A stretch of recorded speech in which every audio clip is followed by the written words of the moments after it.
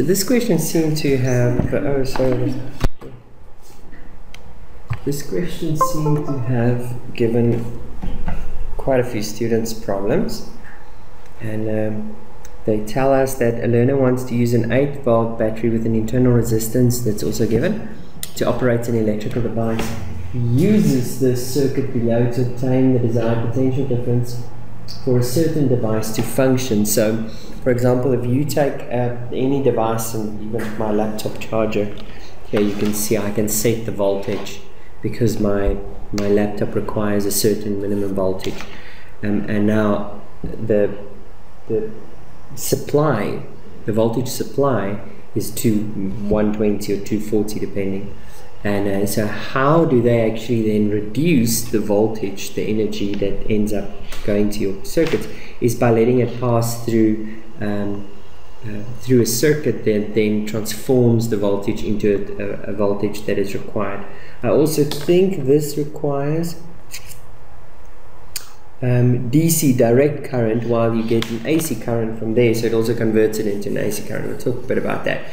Nevertheless, the way in which this is then done is by adding resistors in the circuit that uses up the energy that is not going to be needed, and there are various ways of doing that. So this is a circuit he set up so that he could get the desired potential difference for the electrical device that he wants to run. The resistance of the device is 14 ohms. So this has a 14 ohm resistance. The external resistance is, and now they give you the total external resistance.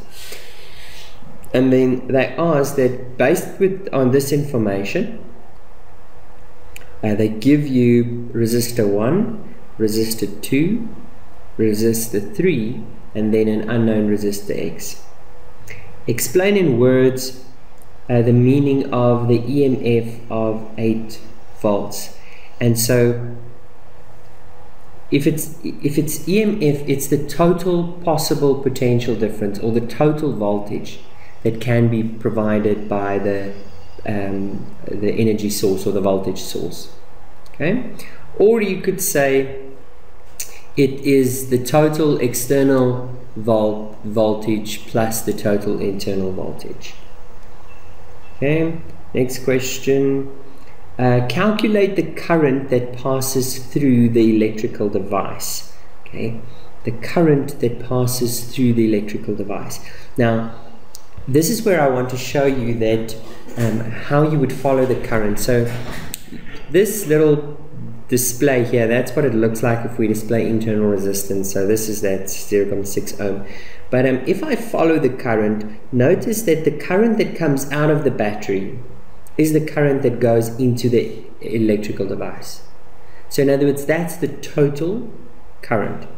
The current that then comes out of here is then at some point, at point A, it splits up. Now, as soon as it splits, notice that some current passes through R1 and some current passes through Rx, but it's still the total current for that branch that passes through both. Understand what I'm trying to say? So even though if I were to measure the current here and the current here, I'll get the same answer. It won't be the same current as the current that passes through the electrical device, but the current passing through each of them. Now, what that means, if the current passing through me is the same as current passing through you, it means we are in series. So if I wanted to know what is the resistance, I would rather think of the resistance, this resistance AB, or the resistance of a branch, rather than looking at the resistor just of each resistor in a parallel. I rather look at the total resistance for that branch when I'm working with parallel, but it's not important for now. The first question is that we need to work out the current that passes through the electrical device. The moment you recognize that that's the total current, you simply do this. The total current is equal to the total volts divided by the total resistance. Now, if I say total resistance, that's not total external, that's total. Okay. So what is the total current is what I'm trying to work out. The total volts is always just your EMF. which in this case, I think they gave it an 8 volt battery. So that's 8 volts divided by my total resistance is now, there's now two parts. There's the external and the internal. External, I think they gave it as 20,74074. So 20,74074 plus an internal resistance of 0,6. You guys have a calculator? Can you give me the answer? To about 5 decimal places. 21,34074. Okay, thank you. No, that's impossible. Oh, no, sorry. I'm asking for the answer of... Oh, yeah, sorry. No, sorry. Should 0,37486. Cool. So that's the total current.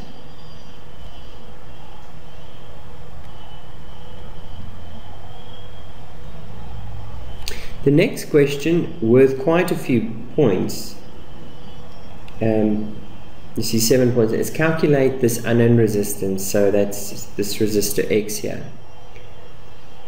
And there's probably a difficult way and an easy way to do it. I'm going to just explain the easy way. Just because they've already given us the total external resistance. So I can just work backwards from there. Okay, so I know that the total, where does this external resistance come from? That's all the resistance excluding the... Now, so I follow my total current. So, and each resistor that I encounter, I'm going to add. So, here's my formula. I take my total resistance, that was given. I follow my current, and each time I reach a resistor, I'm going to add it. Unless I reach a split, then I'm going to just put R parallel, just say, well, there's a resistance that's parallel. And so if I do that, notice what happens. Here, as I'm following my current, there's a resistor, the electrical device. Do I know its current? It's resistance, yes. So I will add the resistance for the electrical device. Plus, continue to follow my current. From here on, I get a split. So then, when I reach a split, I just say plus my parallel resistance, and then I go to where that split comes together again. So there it splits, parallel resistance splits until there B, I come together again. And so this whole two parallel branches will be represented just by R power for now. And then I go back, and then I see I reach my battery. So that's it. There's no other resistance. So in here, I know my total resistance, and I know my electrical device. So I can work out what should the parallel resistance equal to. So I have, this is 20.74074, and my electrical device is 14. So if I subtract the electrical device, I get how much the parallel resistance should be. And that is, looks like about 5,26026. No, sorry. No. 6,74074. Sorry. That is the resistance for my parallel resistors.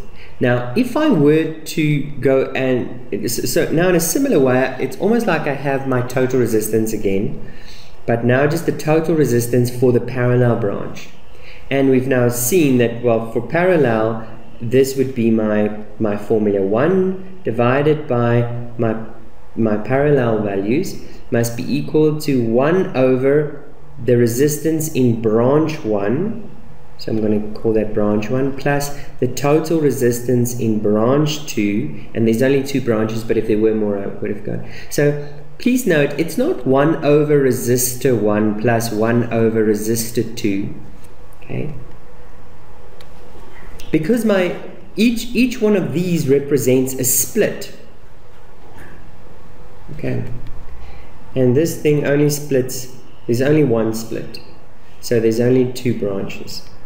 So for branch 1, I have 2 unknown. Oh, sorry, I have R1, but I have 1 unknown. I know this is 4. Okay, so for now, let's just see which branch do we know. We don't know what the total resistance in branch AB is, but we do know between A and C, there's 2 resistors. So the total resistance for this branch is 4 plus 9, that's 13. So I go back, I said, well then 1 divided by 6,74074. This is what I was given. It's 1 divided by the total resistance for that branch is still unknown. I don't know what branch 1 or branch AB should be, but I know the other one is 1 over 13.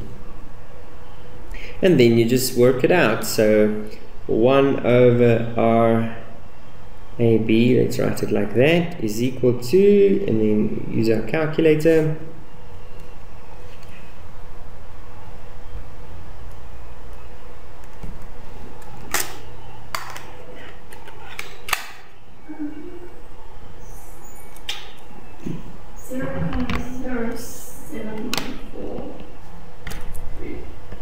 Zero comma 0.7143.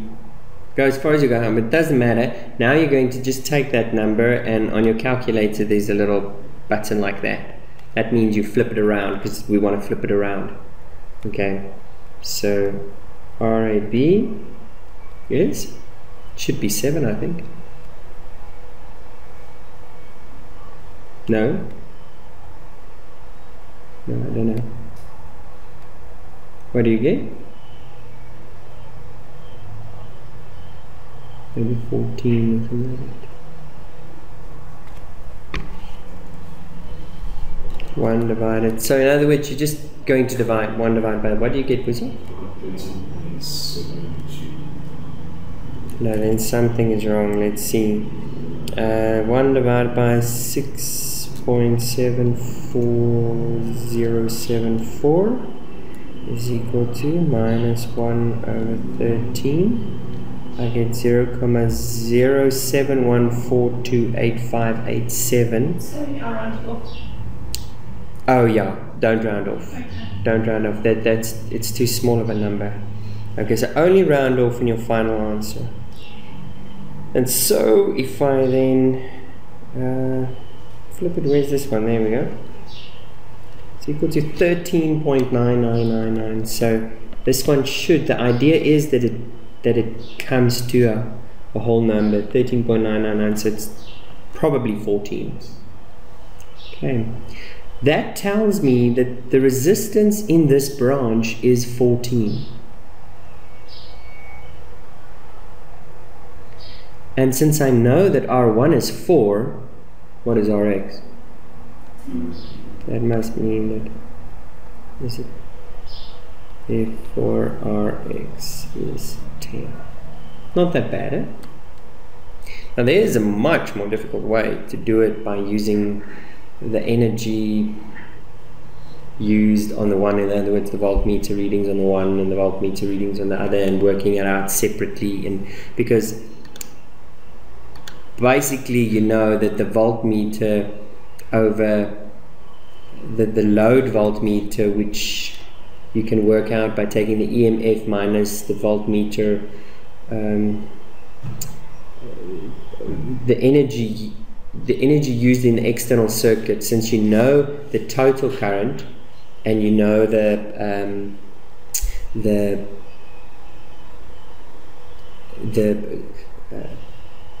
you know the total current and you know the total external resistance, you can work out V load. Because V load, I don't want to do that because it's really a long method. So you can work out V load because we've just worked out in the previous step our total current. Okay, and we know the external resistance that was given to us.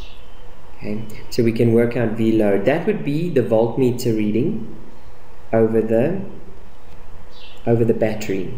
Now, if I take the voltmeter reading over the electrical device and the voltmeter reading over the whole parallel branch, those two voltmeter readings must add up to the load. Because the energy I spent here and the energy that I spent there, that's the total energy spent in the external circuit. So the voltmeter reading over this one, so in other words, since I have the electrical device's resistance, I could have used that to work out the voltmeter reading over the electrical device. And now since I have V load, I worked out, I can then go and work out, well, then what is the voltmeter reading over the whole parallel branch? If I know the voltmeter reading over the whole parallel branch, then I know the voltmeter reading over each branch, because they're the same. So then I can get the voltmeter reading over branch AB, but that's not the voltmeter reading over R1. That's the whole voltmeter reading over both. Some of the energy is spent here, some of the energy, but in total, I know. So then, since I know the voltmeter reading over both, I can then get the voltmeter reading over R1, but then I first have to calculate what is the current that passes, and that's where it starts getting long. Because now I need the current that passes into R1. And how do I get the current that passes into R1? Well, I need to take the I need to work out what's the current that passes into this branch, and then subtract it from the total current. Then I know the current that's coming in here. Once I have the current that's coming in here, I can work out the voltmeter reading here. If I know the voltmeter reading here, then I just subtract from the voltmeter reading over AB, and that tells me the voltmeter reading over this one. If I have the voltmeter reading over this one, I've already worked out the current in this branch. I can then use those V and I to work out R. And as so you can see, I made a video of it to put it in the course, and it took me 30 minutes. It's a 30-minute long video to explain. So I just ignored it. I never put it in. Okay. Let's now look at some of the exam questions. First, just the multiple choice question. In the circuit below, the battery lights of all 4 lamps A, B, C, and D. When one of the lamp filaments melt, the other 3 lamps still stay on. Okay. Which of the filament, is that how you pronounce it, filament? Which lamp filament melts? Sorry? B, because if it melts, it breaks the circuit. So you can't have this so yes, we relate to follow the current. This one will go as long as one of these 2 is on. So this one will always go. Then here it splits. Now I've got 2 options. If anything happens in this line and this one still stays on, then I'm still going through 2. If anything happens in this line, then nothing will go into this direction, and then I'll just be going through AB. So if there's 3 that is so if A goes, the whole circuit is broken, because then I can't get past A, and so I can't get, so A gets the total current. After A, it splits up, so it's not A. If B goes, I can still go to C, D, and get back. So that one would be 3. If C goes, then I can't get into this branch here, so it's only A and B. And same with D. If D goes, even though I'm going through C, there's no way to go, so the resistance is infinite. There is no way to pass in that branch, so they won't go there. Okay, so that's the one question. The other question was this one. Should be a fairly familiar question to you guys. 2 identical cells, each with an EMF of 1.6 volt and an internal resistance are connected in series with each other, and the resistors as shown below. So there you can see the diagram. They say the following is known about the resistors. R1 is 4 ohm and R2 is 5 ohm. Okay, write down in words the term define in words the term electromotive force. We've done that. Write down the total EMF of the circuit. Okay, what is the total EMF? What's the thing we had to keep in mind here? Excellent, yeah. there's two cells. A battery is more than one cell. So there's two cells, and each one of them has a 1.6 volt potential difference, EMF. So this one, in other words, two of that would be 3.2. Okay, next question. When the switch is closed, the potential difference across resistor R2 is 1.42 volts. Calculate the total current in the system. So S is now closed, and now they want to know what is the total current. So they say the voltmeter reading over R2 is 1.42. Why do I know if the voltmeter reading over R2 is 1.42?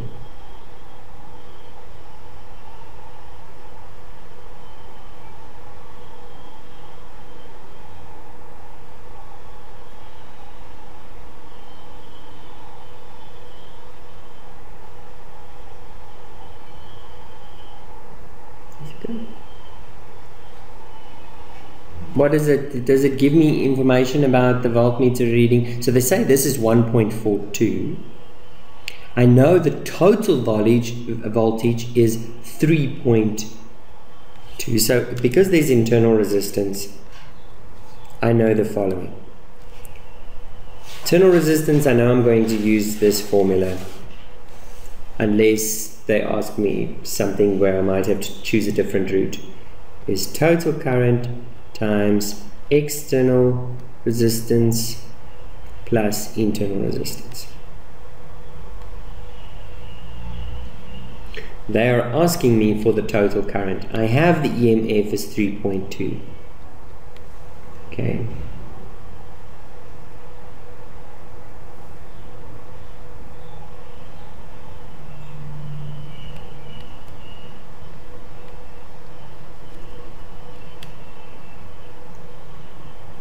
No, wrong.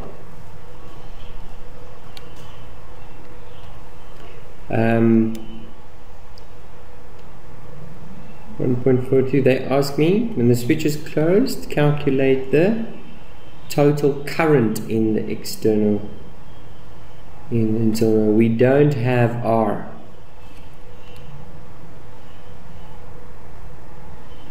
So in this equation won't work. I can't use this one because I don't have the internal resistance. Can you find it first?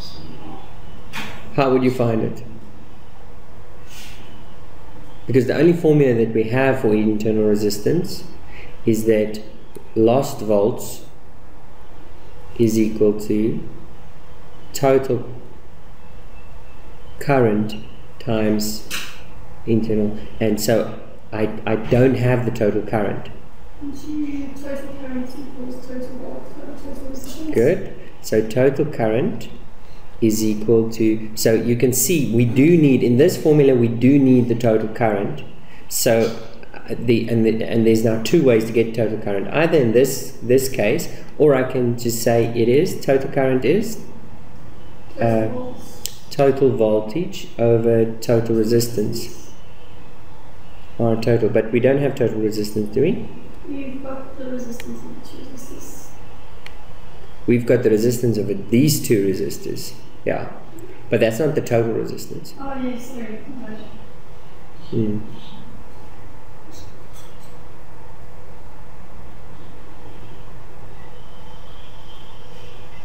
But that's why I say it's important to know what they've given us. They've given us the voltage reading over R2, but we can extrapolate that more. If I know the voltage reading over R2, what else do I know? Reading over R1. Over R1, they must be equal. And that means I have to know what is the voltage reading over the whole thing, because over the parallel. So, and the total current passes into the parallel branch.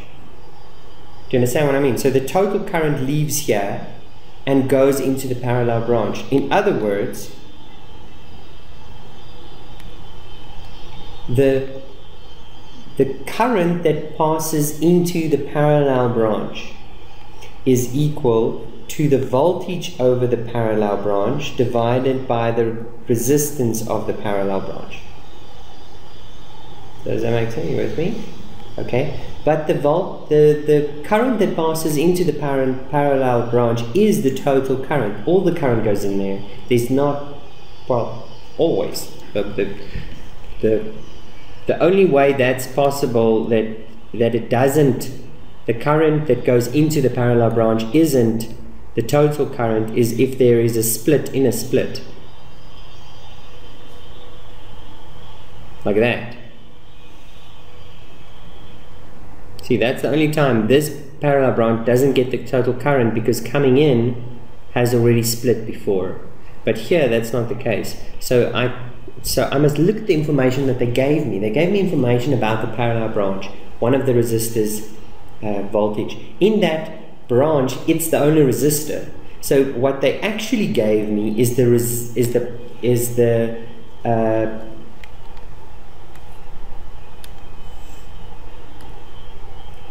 the voltage of a branch. If they give me the voltage of one branch, then I have the voltage for the whole parallel thing.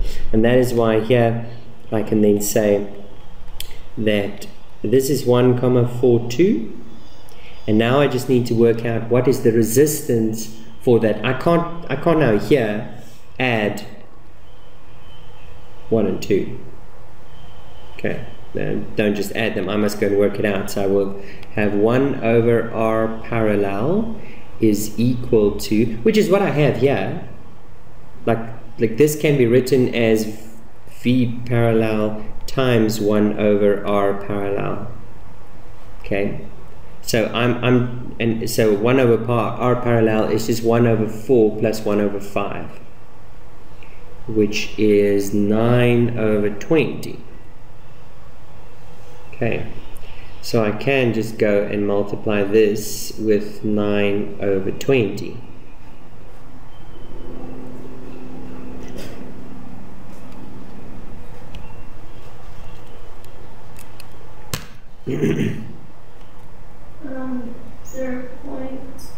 .639.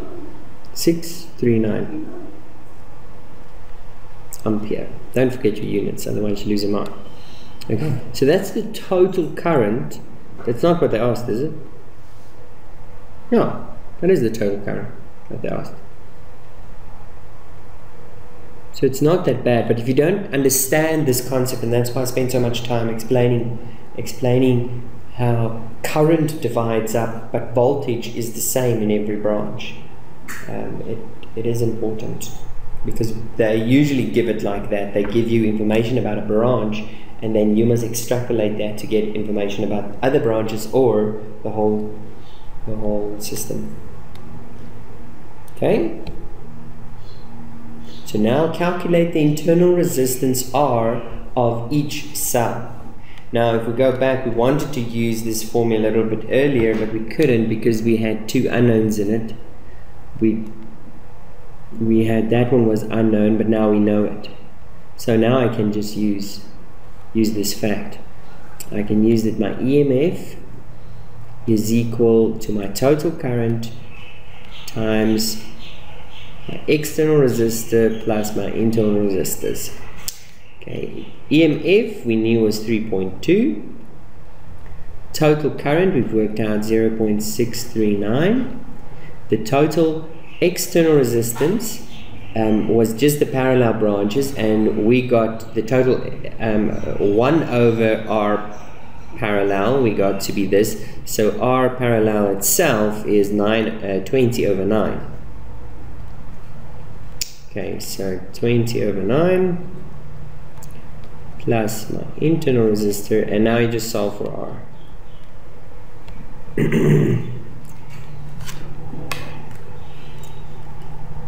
So 3.2 divided by 0.639, okay, minus 20 over 9.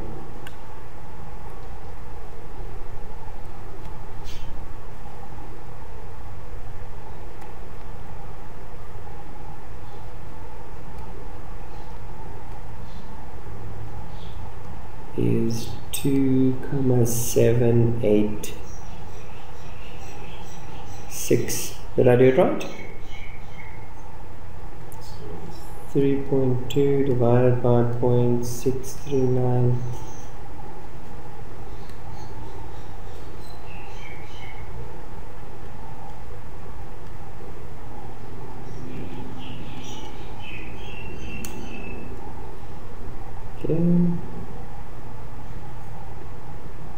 And then this must be divided by 2 because this is the internal resistance for one for the total internal resistance. So R equals 1,393 ohms each. Okay.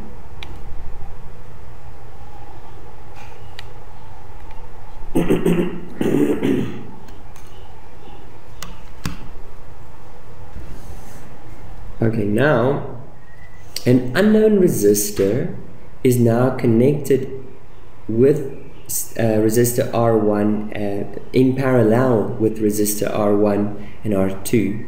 How will this change affect the magnitude of the internal resistance of the battery? If I add another resistor, how will it change the battery's internal resistance?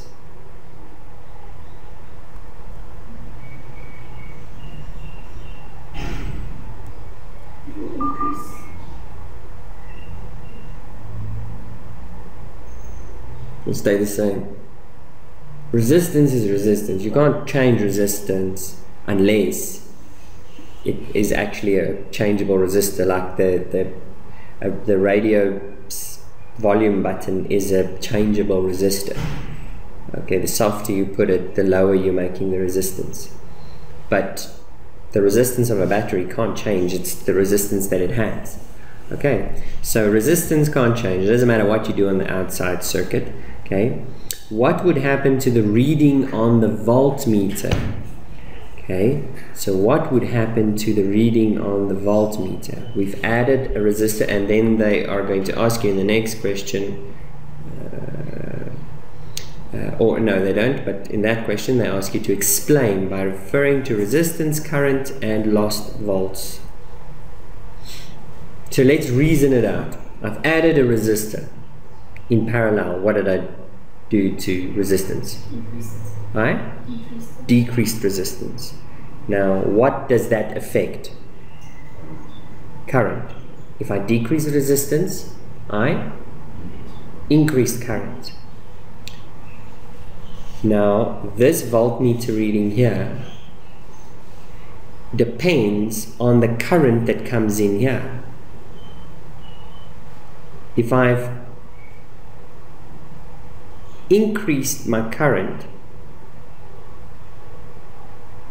now this voltmeter is the total current divided by the resistor.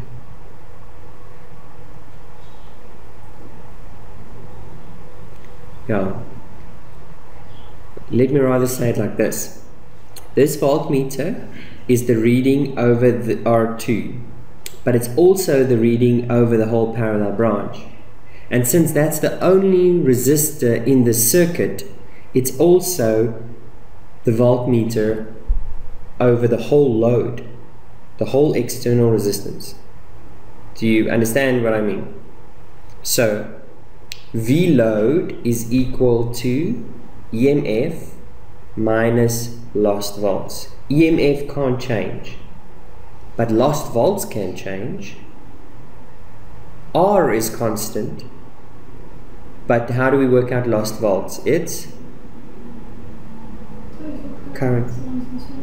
Exactly. So I am subtracting something. What is happening to total current? It's increasing. So what is happening to lost volts? It's increasing. So what is happening to the factor? So V load is EMF minus lost volts. I am subtracting a bigger number now. So what is happening? It's decreasing. And that's why they say referred to resistance, current, and lost volts. So they're literally asking you what's happening to resistance. It's decreasing. And that's where your first mark goes for. Now if you said increasing, you get 0 for that whole question. It's out of 4 because you don't know, because you can't then reason correct from there, because you've already, so resistance decrease when adding a parallel resistor. Current therefore increases. If current increases, more volts are lost because your lost volts depend on the current and the size of the internal resistance. So the more your current is, the more volts you lose. Okay. And so lost volts increase, therefore the voltmeter for any external voltmeter reading will then decrease. In this case, it happens to be the external voltmeter reading happens to be the total external voltmeter reading, even though it's only on one resistor. Okay, is that fine? Okay. So it wasn't really a difficult question, but as I say, most people didn't do too badly in this question. Let's move on to motors, because motors in your question paper, you'll see here, it's 8 marks, but it's really possible to get full marks for motors, and it's not a lot of work. It's mostly theory, and if there's any calculations, they are easy calculations. Okay, so we'll look at that, and I'll try and just briefly explain some of the concept.